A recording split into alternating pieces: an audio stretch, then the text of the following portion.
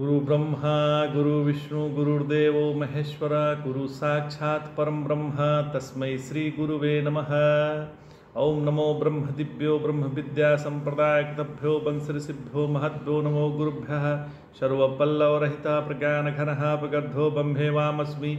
ओम नारायणं पद्भवं वसिष्ठं शक्तिं च तत्पुत्रं पराशरं च व्यासं सुखं गौड़पदं महान्तं गोविन्दमथास शिष्यं श्रीशंकराचार्यमथास्पदपादं च हस्तामलकं च शिष्यं तं तोटकं भर्तिकान्मस्तु गुरुसन्ततो मानतोऽस्मि। श्रुतिस्मृतिपुराणानाम् आलयं करुणालयं नमामि भगवत्पादं शङ्करं लोकशङ्करं शङ्करं शङ्कराचार्यं केशवं बादरायणं सूत्रभास्कृतो वन्दे भगवन्तो पुनः पुनः। ईश्वरो गुरुरात्मेति मूर्तिभेदविभागिने व्योमवप्ताय देहाय दक्षिणामूर्तये नमः। ओम श्री गुरुभ्यो नमः। ओम श्री परमात्मने नमः। हम लोग गीता के 11वें अध्याय का अध्ययन कर रहे हैं। नारायण जगत के साथ व्यवहार करते समय जगत भगवान की विभूति है और अपने साथ व्यवहार करते समय हम पंचकोशों से अन्य, इनके द्वारा प्रभावित न होने वाले तत्व हैं। इस समझदारी के साथ रहना ही दिव्य चक्षु है। दिव्य चक्षु क्या है? तो जगत के साथ व्यवहार करते समय जगत भगवान की ही विभूति है और अपने साथ व्यवहार करते समय हम यह ध्यान दें कि हम पंचकोशों से अन्य, इनके द्वारा प्रभावित न होने वाले तत्व हैं। इस समझदारी के साथ रहना ही दिव्य चक्षु है। अपने साथ वेदांत और दुनिया के साथ भक्ति, जबकि हम ज़्यादातर करते क्या हैं कि हम अपने साथ भक्ति करते हैं और दुनिया के साथ वेदांत लगाते हैं। ऐसा नहीं होना चाहिए महाराज। अपने साथ वेदांत लगाना है और दुनिया से भक्ति करनी है। इसको ही दिव्य चक्षु कहते हैं, नहीं तो चर्म चक्षु हो जाएगा। जो अन्य के खुशी में खुश है, जो अन्य के खुशी में खुश है और अन्य के दुख को कम करने का प्रयास करता है, वह योगी है। जिसके दिव्य दृष्टि मिल गई है वह अपने को परमात्मा से अन्य के रूप में स्वीकार नहीं करता। जहाँ अन्य नहीं है वह क्या क्या होता है? तो वहाँ कामना नहीं होती। जहाँ काम नहीं, ध्यान दीजिएगा, जहाँ अन्य की प्रतीति नहीं होती वहाँ क्या क्या होता है? तो पहला, वहाँ कामना नहीं होती। दूसरा, जहाँ काम नहीं वहाँ क्रोध भी नहीं। तो जहाँ काम क्रोध नहीं वहाँ लोभ भी नहीं। और जहाँ काम क्रोध लोभ नहीं, केवल एकमात्र है, तो जिसने उस तत्व को पहचान लिया है, उस एक तत्व को पहचान लिया है और यह विश्व उसी तत्व की विभूति है, विस्तार है। क्या समुद्र को किसी लहरों की तरफ राग और देश होगा? कोई लहर नई पैदा हुई तो क्या समुद्र को चिढ़ हो गई क्या? या समुद्र उसका जन्मदिन मनाएगा? नहीं मनाएगा। लहर कब खत्म हो जाती है, कब शुरू हो जाती है? नई शुरू होती है फिर खत्म हो जाती है। तो क्या समुद्र मातम मनाता है? नहीं मनाता।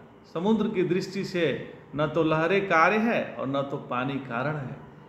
तो जो कार्य कारण से परे है वही हमारा स्वरूप है। हमारा स्वरूप कार्य कारण से परे है।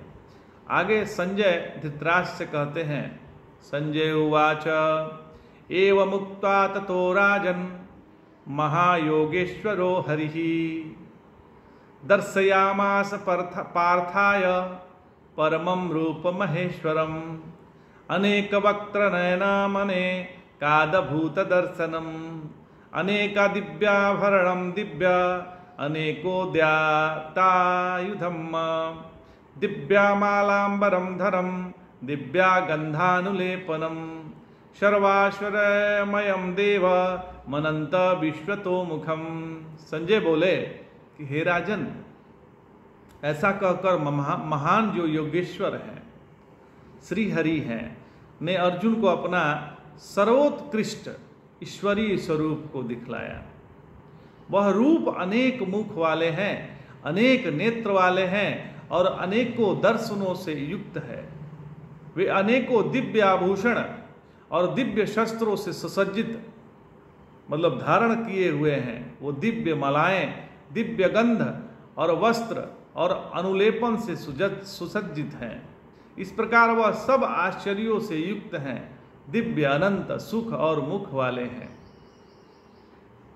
नारायण, अंधे आदमी को कोई बात बताना कठिन होता है, फिर भी हमारे संजय महाराज जी ने बड़ी सरलता एवं सहजता से बात बता दिए। एवं मुक्ता ततो राजन, हे राजन, जो महायोगेश्वर हरि हैं। अब यहाँ भगवान श्री कृष्ण को महायोगेश्वर कहा गया है। भगवान कृष्ण को आत्म रूप से पहचानना यह योग है, और इस ब्रह्मांड में जो लीला चल रही है वो भगवान का ऐश्वर्य है। तो भगवान को महायोगेश्वर कहने का तात्पर्य क्या है? तो भगवान चाहें तो कुछ भी कर सकते हैं महाराज, वो सभी नियमों से परे हैं। ऐसे जो हरि हैं वो पार्थ मतलब अर्जुन को अपना परम रूप दिखलाया। तो ध्यान दीजिएगा, दिव्य दृष्टि भगवान श्री कृष्ण ने अर्जुन को दी, उसके बाद दिव्य दृष्टि भगवान वेद व्यास ने संजय को दी। तो दोनों को दिव्य दृष्टि मिली है, अर्जुन को और संजय को मिली है, दोनों को मिली है। लेकिन धृतराष्ट्र दिव्य दृष्टि तो छोड़िए, चर्म दृष्टि भी नहीं है, अंधे हैं। तो ऐसे अंधे को समझाना अत्यंत कठिन है। ये जो परम तत्व है वो आश्चर्य ही आश्चर्य है। आश्चर्य इतना है कि लोग सुनते हैं पर उनके समझ में नहीं आता महाराज। कठोपनिषद कहती है, नारायण, कठोपनिषद कहती है कि मुझे बड़ा आश्चर्य है कि कोई इस तत्व के बारे में बोलता है। पहले तो सबसे बड़ा आश्चर्य है कि कोई इस तत्व के बारे में बोलता है, क्योंकि यह जो तत्व है वह शब्द से परे है।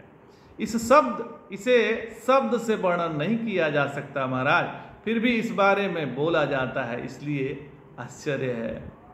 फिर भी इसके बारे में बोला जाता है तो यह आश्चर्य है। और जो तत्व है मुझसे ग्रहण नहीं होता, फिर भी इसे कोई समझता है, इसलिए यह आश्चर्य की बात है। तो आश्चर्य का अर्थ हो गया जो मेरे साधारण बुद्धि के पकड़ में नहीं आता, फिर भी जो होता है उसको आश्चर्य कहते हैं। जिस वस्तु का हम अपने बुद्धि से ग्रहण नहीं कर सकते फिर भी ग्रहण करना चाहते हैं, वो हो गया आश्चर्य। तो आज इतना ही। जय जय शंकर, हर हर शंकर।